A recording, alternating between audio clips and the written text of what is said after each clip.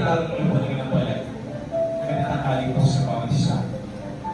Ang Pilipino buwan ay dadaling kayo sa isang nobela na gumising sa kalimutan ko na gigising natin na gumising sa bawat puso ng Pilipino.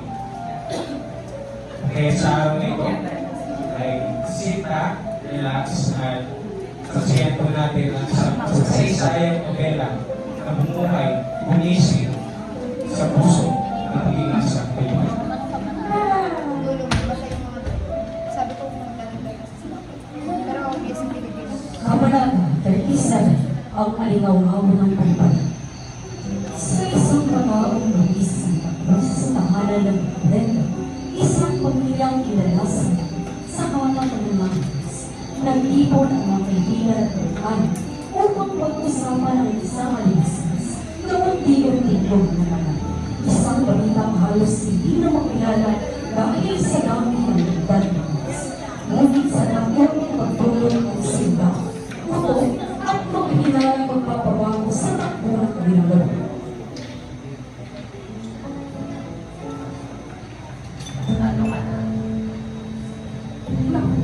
Nagandila ko na rin ang gawa ko yung tinutay yung pinais. Yung isang pares lang dito para sa bagong kasal. May mga bayong na may kultura sa tuntungan.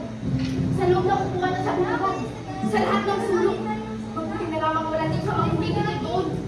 At sino nagdagay ng mga bayong ng kultura sa dakong niyon? Sino ang dapat magkaroon ng hangad na guluhin ang kapistahan? Wala. Kundi iisa lamang. Ang sabi ng bandong kabugal ng sinimog pangkalanaro mo kumanaw. Isang kagalit ni Don Timoteo. Isang kaagaw ni Juanito. Isang gani! Magtago kayo! Agad kayo magbitahan! Magtago kayo! Kung sakaling puto, walang matitirang buhay at dakanlog eh. Kaso mo naman yung pero isang naninigarin niya. Wala pa naman tayo ng mga loyal o obispo. Paano na nila ang bahay? Magiging abo ang lahat. Birhen Santissima! Ang magitong nito!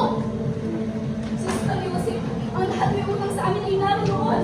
Diyos ko, at mayroon kami isang bahay na malapit doon. Sino kaya nagtangkong nadalay ng kultura doon? Ngunit kailangan na ikaw. Ngayong hapon ay aking natagpuan isang kaibigang manunulat sa kawan. At sa pag-uusap namin sa bagay na yan ay sinabi sa akin. Sino sa tingin mo naglagay ng mga bayong na may pulbura? Ang mga braille, ang chika si Roma, si Makakali, Hindi. Walang iba kundi ang magalas na si Simon! Si Simon! Isang sunod-sunod si Simon ang nagpapagyo sa mga sihil. Ang magandang na ginawa mo unang iba sa kanilang bahay upang bilhan ng mga bagong talis. Si Simon ang tumatanggap sa mga kurenda ng lupang magalang at pinagsasabihan sila ng mga inong umusa. Dahil sa ang pag-ibay waring hindi may-ari kung kailan pinulungan. Kaya Nokia, observe. Ngunit wala ka si Simon sa pista kagabi. Naroon siya, ngunit naalala ko ako na. Muli siya habang kami naghapunan. Muli siya upang kunin ang kanyang habang sa kasal. hindi pa kaibigan ng makasama ng Don Quixote. Opo, nalipagsama ito upang magawa ng tamay at nang mapatay ang lahat ng Kastila. Ngayon ako nalinawan. Ang mali, ayaw ninyong pagkawalaan si Tia Tinay. Si Simon ay siyang lang nung nakapilis ako ng mga sumuha ng Kastila. Sinasabi ni Tia Tinay. Si Simon ay malit na hindi nag-iwan ng bakas. Ngayon ay nahanap na siya ng mga Guardia Civil. Oo! Hanapin niya ang demonyo! At nagkantanda sa kapananalon. Ngayon sila ninawan sa maraming baka. Ang palanging kayamanan ng Simon, ang katangi-tanging abot sa kanyang bahay, amoy kasunod. Sila'y dahil isa sa mga dalagang pupunta, mapaniwalayin at kaiba-igayang bilin, ay nakalaang nakakita ng mga apoy na manok sa bahay ng mga lakas na sila, ng isang hapon na kasama ang bilin na pupunta upang mamili ng bato. Kaya wala, paggabi. Kagabi? Paggabi, sumatay kami ng mga hapon. Kaya nagkaroon ng isang gulo. Ang ilaw sa kinakay ng general, tinamatay. Sinasabi niya na ako ng hindi kong Simon. Ang kakilala na ako na lapar ng dugo Simon. Isang magnanakaw? Isa sa mga mananegrat? Hindi pa nahuli? Tumundag sa ilog. Wala nakita sa kanya. May nagsabing Kastila raw na ang iba yung Czech, ang iba yung Jew. At sinasabi ko sa lang parang ito, ay pag-aalamin ang buong bahay. Ang kultura!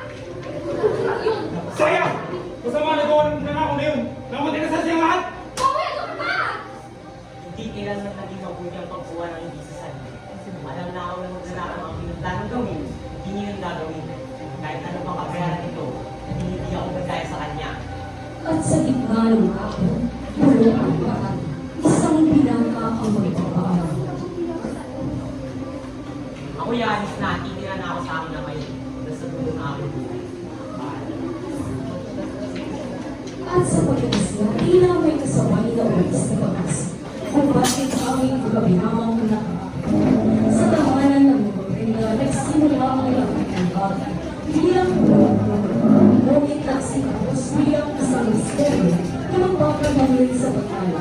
Kung sino ang dapat sisiyo, kung sino ang dapat kapapaan, kung sino ang dapat tulungan. Lahat ay nagkalat sa dilim, gaya ng kulturang handang sumangit at ang pangalang siyo ay mananatiling ang ginawa ng kapatid. Maliban sa isang taong nakakaalit sa isa lang.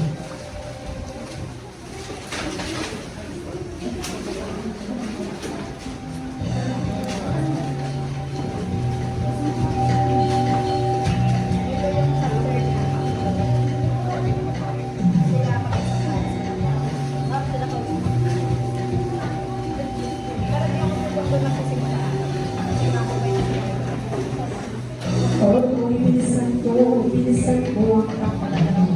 Naaral ko ba ang pagkakaroon sa puso? O'y, bumalik na, lumabang kailangan at pagkakama pa lumabang.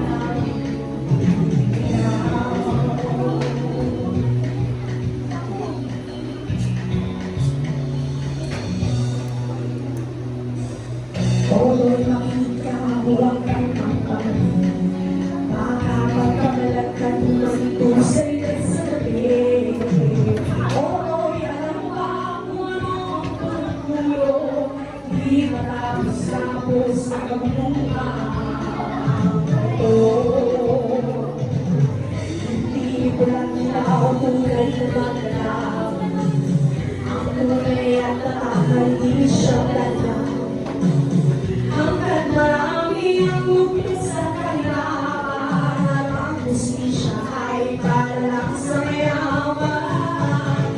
Ang may kaso at sila ang kasunto, di matatapos itong tulong.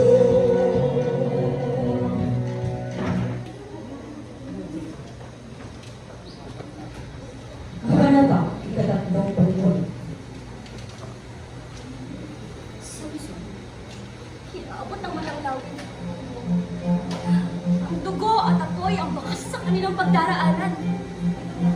Ang mga magsasaka, ang mga magsasaka, umaanis sila sa kanilang mga taniman dahil sa kakulangan ng tiwala sa pamahalaan. At ang kanilang mga hayop ay pinapatay! Ang buong baryo ay nababalot ng takot. Ang lalawigan mula Tayabas hanggang Pangasinan ay inabot ng kanilang kapangisan! Hoy, ikaw! Alin ang pera mo? Labas ang pera mo! Anuan kayo po ano sa ako! Ayoko sa ano!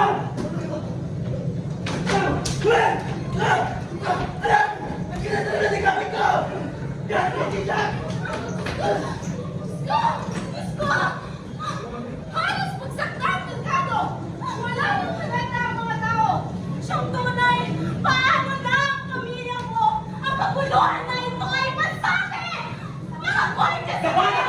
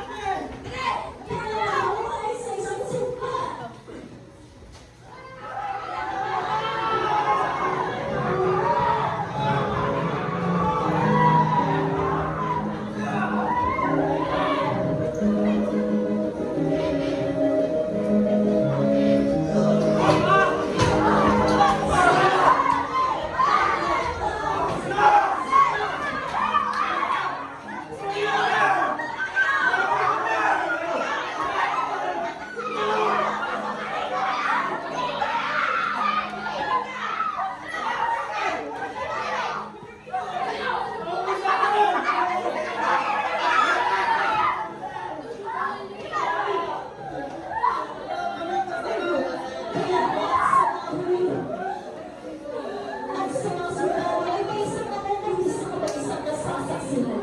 Tahimik kayo! Hindi ko na tanggapin ang punong kasiliran. Hoy, mautang! Hayaan mo nga sila lumapit ang yaba! Ano na naman ang sayaw nyo? Tagalan, bakit niyo wala? Nakakawa ko! Mga tao niya! Kaya natin! Kapag sinilang sa banto ka! Anong iwasan mo sa mga mawali sa labanan? Kabuti hindi ko mawalan ng kasan! Okay na ganyan! Ang mga huli ko at mga kaaway ko malaman! Samantalang ito ang mga kukuhan natin! Talaga, ginagawa ko sa mga upang kung may magtatamo ulit lumaban, ay bang! Wala kayong mga sa mga inyo! Narinig ka! At, sandali! Walang kapuman-kuman! Hindi! Masyadong ipangalan kong pokoy ko! Sulaw! Laban!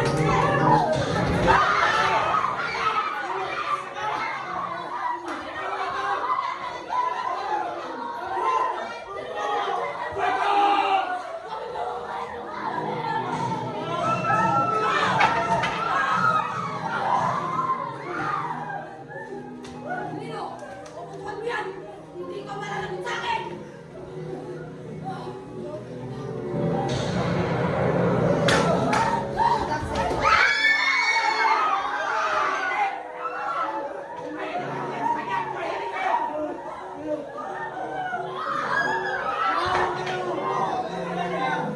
Hindi kayo!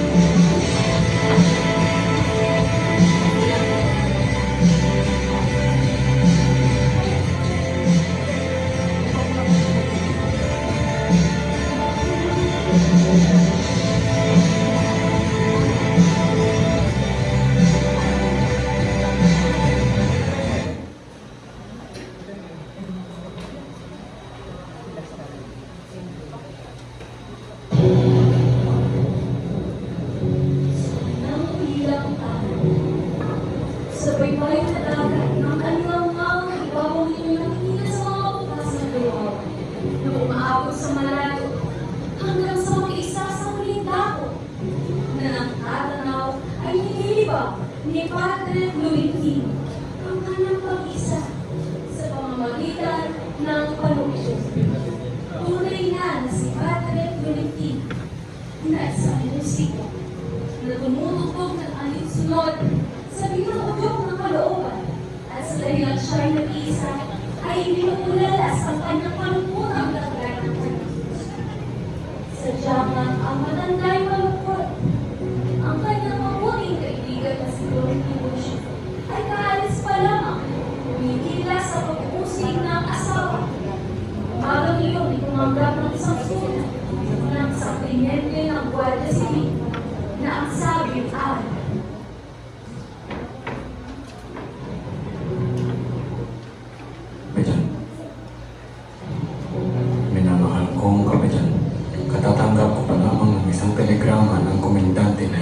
nagsasabi, Español escondido, Casa Padre Florentino, Cojera remitida al vivo muerto. Sa dahilan ng telegrama ay lubhang maliwanag, ay pagsabihan ninyo ang kaibigan upang huwag siyang matagpuan. Pagparihan kong huwagin siya sa ikawalo ng gabi. Ang nangyari ng historia, Beres. Ang pikturinang ito. Ang pikturinang ito. Kaya-kaya niya akong ipabaril. Minahon ka, Don Tiburcio. Hindi yan makakitulong. Hindi. Hindi talaga. Makinig ka. Marahil ang Moira o Gerard. Lakas nilang hinanap, hindi mahanap. Hindi si Simon. Hindi. Ako talaga ang tinutukoy nila. Simon na, Don Tiburcio. Ang 2 araw pa lang ang sugatan. At walang pinag-uusig na huminging aking patuloyin. Hindi. Ang kohera ang aking kapakilay. Ang tanda ng aking katawan. Isang pakana ni Victorina na ibig kong matagpo ang patay, buhay, gaya ng isinulat sa galing, buhat sa Maynila. Siya talaga ang pag-aalilangan ng mas silang hinanap. Kaya maghiyas na si Simon. Napahiwagan ang kanyang pagdating. Sugatan, mapanglaw, at batang-bata. Siya pa ang may dala ng kanyang takba. Ako'y mauna na akong kaibigan.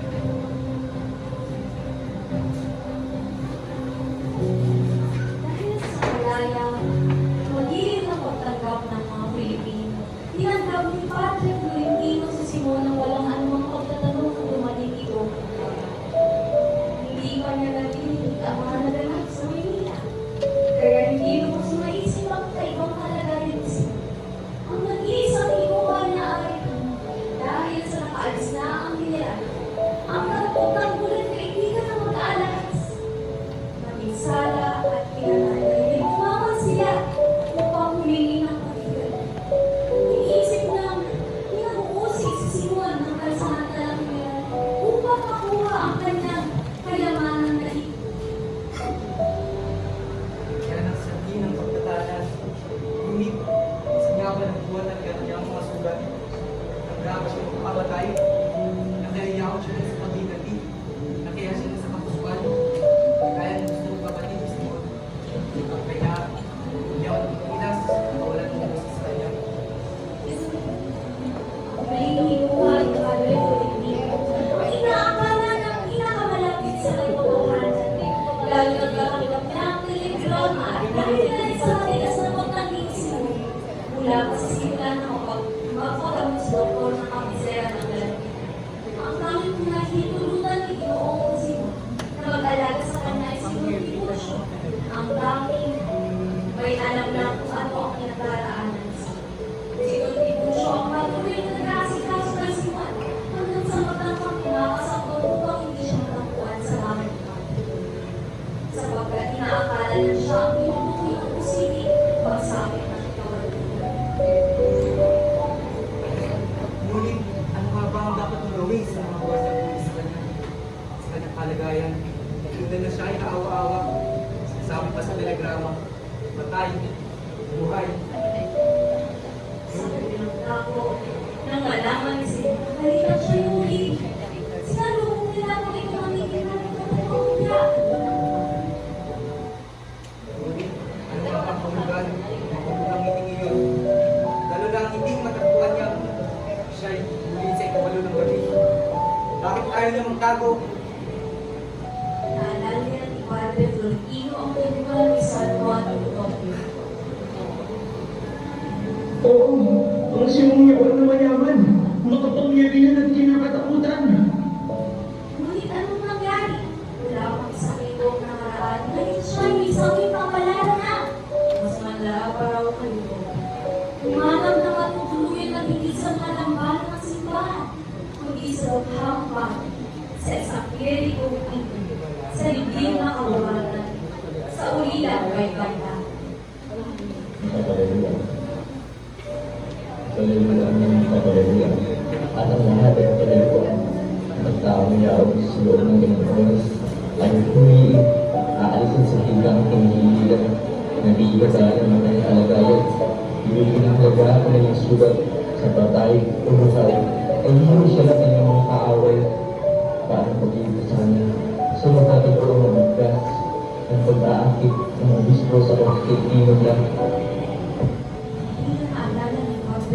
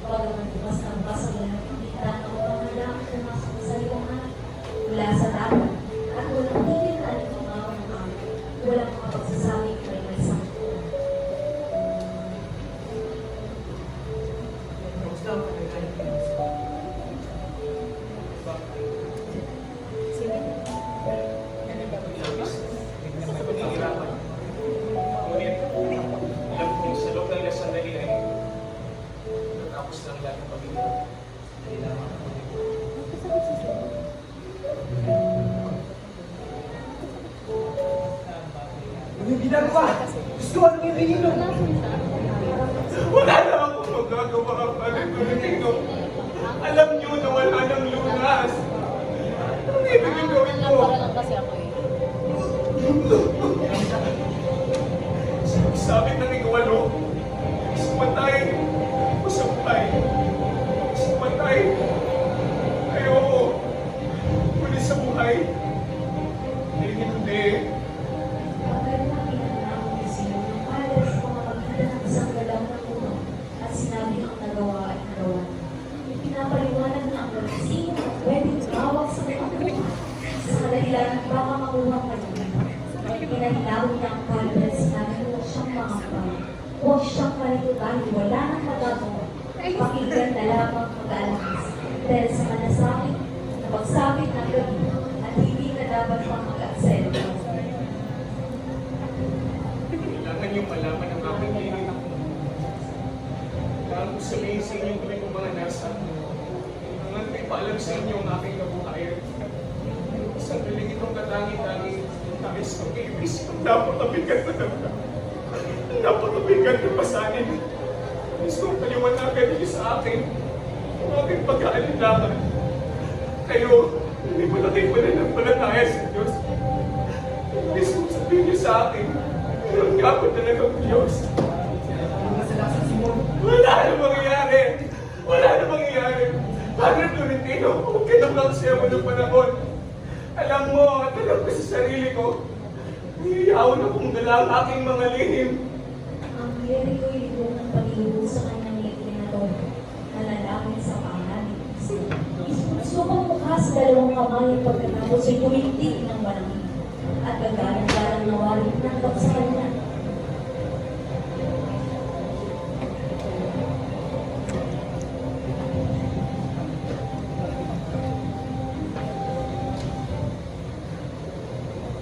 Kailangan ako sa Diyos.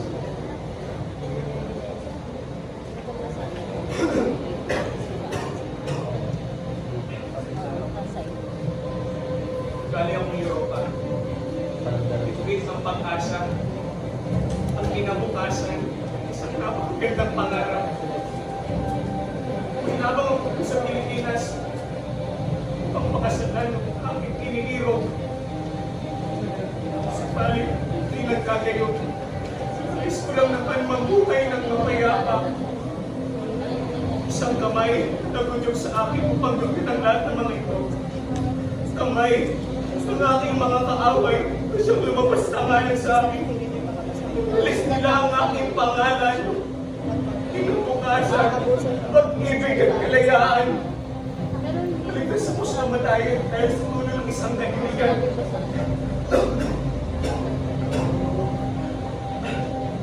Tulog na magmasyan bagay Tolentino. Ako ay magiganti. Nagtanan ako sa isang buban. Hindi ko nayamanan ang aking mga kaanak. Nasa isang lupain. Hindi ko alam. Doon ko natupag ang pangangalakan. Isa ako sa isang imagsikan sa Cuba. Kung saan aming tinulungan ang magkabilang panig.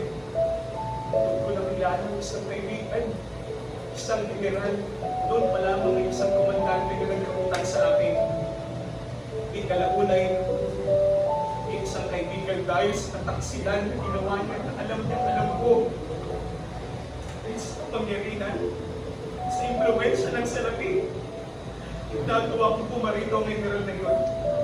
Sa kanyang pananatili dito sa Pilipinas, ay ginawa niya ang lahat ng kalapastanganan.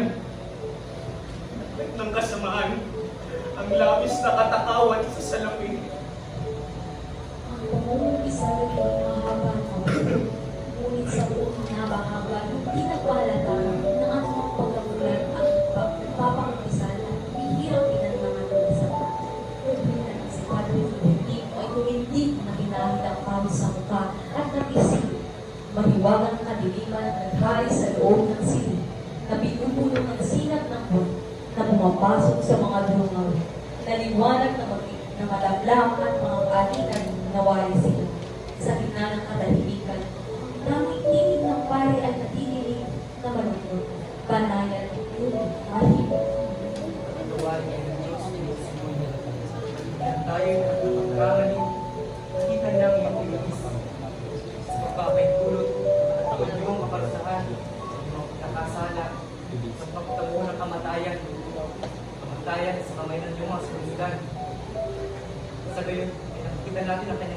Natawa. Siya ang sumiran isa-isa sa inyong mga plano. Lalo mabuti magkakabalak. Ano na dyan? Patay ka ba rin, Tara? Iyak ko na Alam mo matiwaga. Marami na kanya kalooban. Kasi nakakaya sa kanya. Unawaan ko kayo. Tunay nga bang ito ang kalooban ng Diyos? Walang ginoo. Hindi niya pinapabayaan ng mga bayan ng nananalig sa kanya.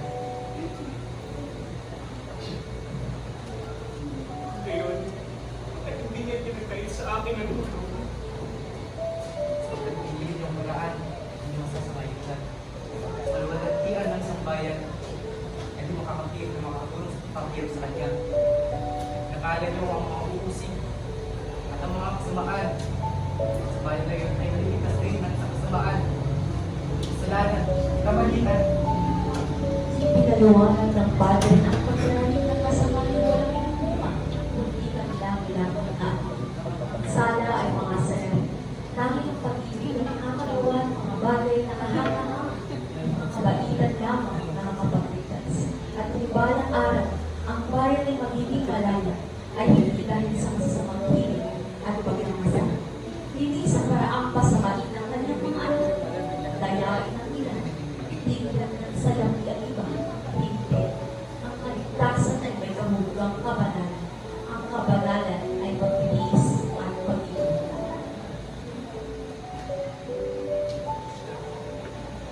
Tinatanggap ko ang inyong mga minumukado. Ako ay namalik. Sa kadahilan ng ako ay namalik. Pagkakait ba ng Diyos ang kalayaan sa isang bayan at iniligtas ang mga taong mas salarin pa kaysa sa akin? Ano na lamang ako sa piling ng mga pagkakasala ng mga namamahala? Bakit hindi ako sinugatan na pinagtagumpay pagkatapos ng bayan? Bakit? Tutunain ng Diyos. Hindi tulungan. Tunay na karapat-dapat. Tunay tapat na loob. Na siyang nasisiyahan sa walang katingating ng kanilang pagdurusa. Pagdurusa. Ang kanilang nararanasan. Mga taliban na loob, marapot dapat kailangan mag-release. Mga ang kanilang pagkain, kailangan ng mga ganap. Kailangan pag-isip, basahin, magsisigla. Upang malimuyak ay darasa mo. Kailangan pipiin ang bato ang lumabas sa apoy. Pasensya sa lamitan ang sa pulis. Sabihin ako, eh aking magjukan ng kabangisan. Sa maayo. Ngunit, maraming ang sumabog. Nagtatandagay lang ang buwan. Ilusin niyo ang paglupan sa mamamayan. Ang ginagasik ng anuman at gayo sa gayon ang bayan. Naranasan nila yun. Ay nagbibigay sa data ang Diyos. Sa data, nagamak sa mga Diyosan. Mga nagamak, pabawasi. Ang tila maraming kakayan. Nagbibigay ng liwanag. Buhay-buhay. Kayo, kung nais yung gawin ko, Magtiis at gumawa. magtiis, gumawa. Napakadaling sabihin niya, Padre Florentino, sapagkat hindi mo nararanasan maghihirap ng mga maralita. Nasaksihan mo lamang, nasaksihan ko, maghihirap nila. Pagsisisi sa kanilang mga kasalanan na hindi naman nila ginawa. Abag-abag na nagagbatas at takot-takot na pahirap sa mga kasalanan wala silang sala o ang mga pagpatay sa mga kasalanan ang mapagtakpan ng kasalanan hindi nila ginawa. Yun ba?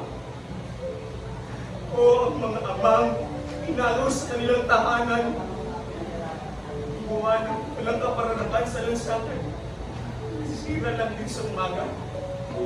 Waring nagsusumpa sa buo-buo pagkakaalam sa maralita. Magtiis, gumawa, Padre Florentino, sabihin niyo sa akin, papanaligin ninyo sila at sasabihin ninyo na ang kanilang kamatayan ay ang kanilang kaligtasan. Sa nila ng kanilang pagdurusa, ang pagtitiis, at ang kanilang pagkagwa. Itutulot ay pagdang kinabukasan, maayos na pamumuhay. Sabihin niya sa akin, Padre Florentino, iyan ba? Anong klaseng Diyos ang Diyos mo? Isang Diyos na lubhang tapat ng simot. Tapat? Isang Diyos na nagpaparusa sa kapulungan natin sa pananalangin, sa ating masasamang hilig, sa ating kauling, sa ating kundaling, sa galang, sa ating nagpapalala, sa ating pagkamamayan. Kaya, Padre, sa kadahilan ng pinababaya, nagiging karunong na mas mahilig ang mga tao. Kaya dapat lubhang nararapat na manahing ang ibuhong at panalindig naman yung mga sarili. Pinaliwanag ng Padre ang gusto ng kadalaan sa mga alahan. Siyang nagtulong sa ibigay nito at ginagawa ang imabigat ang kasalan. Isang Diyos ng kaawaan, ng pagkakapantay at Diyos, na sabay ng pagpaparusa sa mga tao ay hindi kami at binibigyan lamang ng mabuting kalagayan kaya ang kararapan ng pagkakitan dahil sa kanyang pagsusunod. Paaralan ng pagtitiis ay nakakapagpalitan ng kaparangan sa kanyang galing ay nakakapagpalangkasig sa mga kaluluwa. Ibig sabihin, mas natin talas ng sagata. Espada hindi lubha ang kapitan pang araw-araw. Ngunit kapag ang isang bayan ay nakaranas ng ganong kalagayan, hindi natin masasabi kung anong gusto. Gusto lang ang ito. Dito, kailangan natin manalig sa Kanya. At tuloy na ipinaliwanag ng Padre Florentino na kung makita ng iskandal na ang mga Pilipino ay hindi madaling pasunurin sa mga makita ng pagpapalito at ang lamang mapangat magtiis para sa kanilang karapatan. Kusang ibibigay ng Espanya ang kalayan. Anin, tulad ng mga mulo, kahapag-hapag ang isang utang ang pigilit liluhin kapag dumating ka sa tamang parang. Sinabi rin ng Padre na habang ang bayang Pilipinas ay walang sapat na tapang at katugaran upang kumtangan na ipahayag ang kanilang karapatan at patunayan ito sa pamamagitan ng pagkikinig at sarili.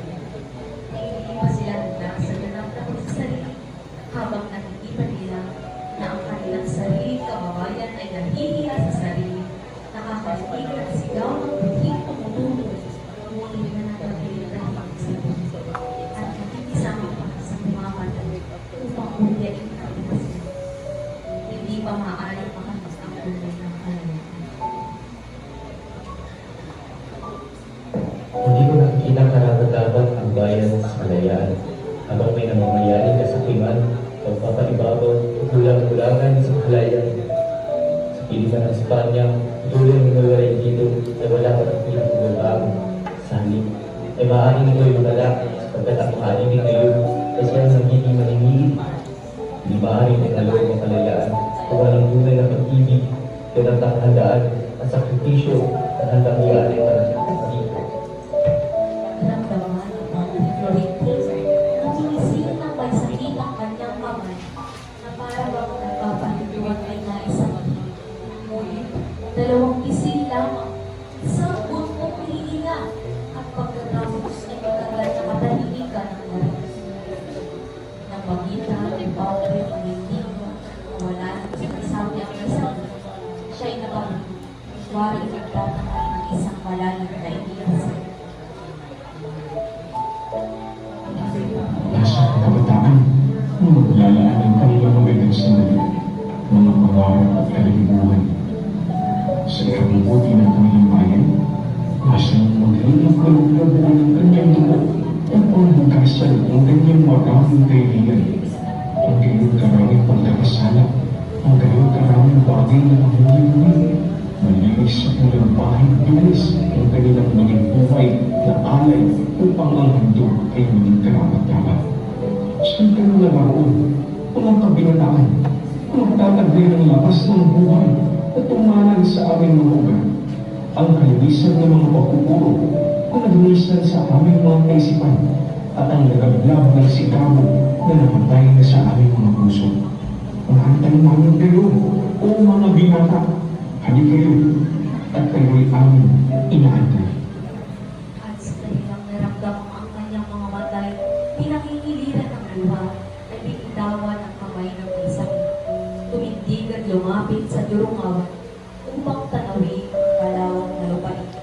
Ilang mahinang katong sa pintuan ng pumaw sa kanya, sa gayong pag-isip. Yaong na yung alilan na nagtatanong ang sisilangin.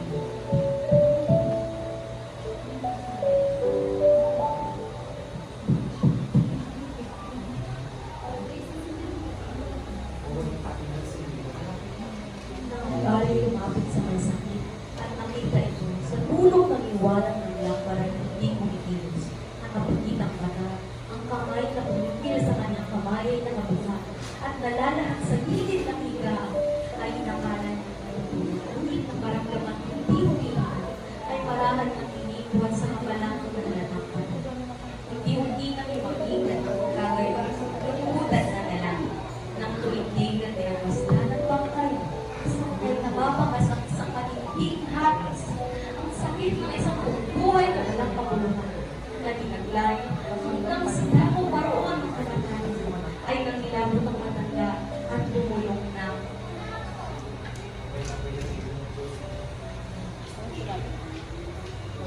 Habang ang mga andilay bumubulan ng darasal para sa namatay, inuha ni Padre Dominico sa taguan ng bantong na nakbangka na naglalaman ng kayamanan ni Sino.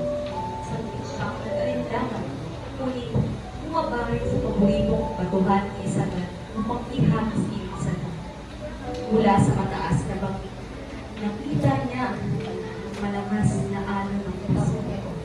Umakaliwangaw ang tulungan bago muling natulog. Sa wakas, inihagis niya ang kaliwang. Lulubin ng kabilis. Bumuhin ng pabalantong habang pinatamaan ng malaglang na sigat ng buwan. Isang narinig na lamang. Nag-aantabay pa si Padre Dominico. Ngunit walang isinanguli ang kainan nito na natiling seryoso at payapa ang kamaan. Naway tago kayo na kalgasan sa karaniwan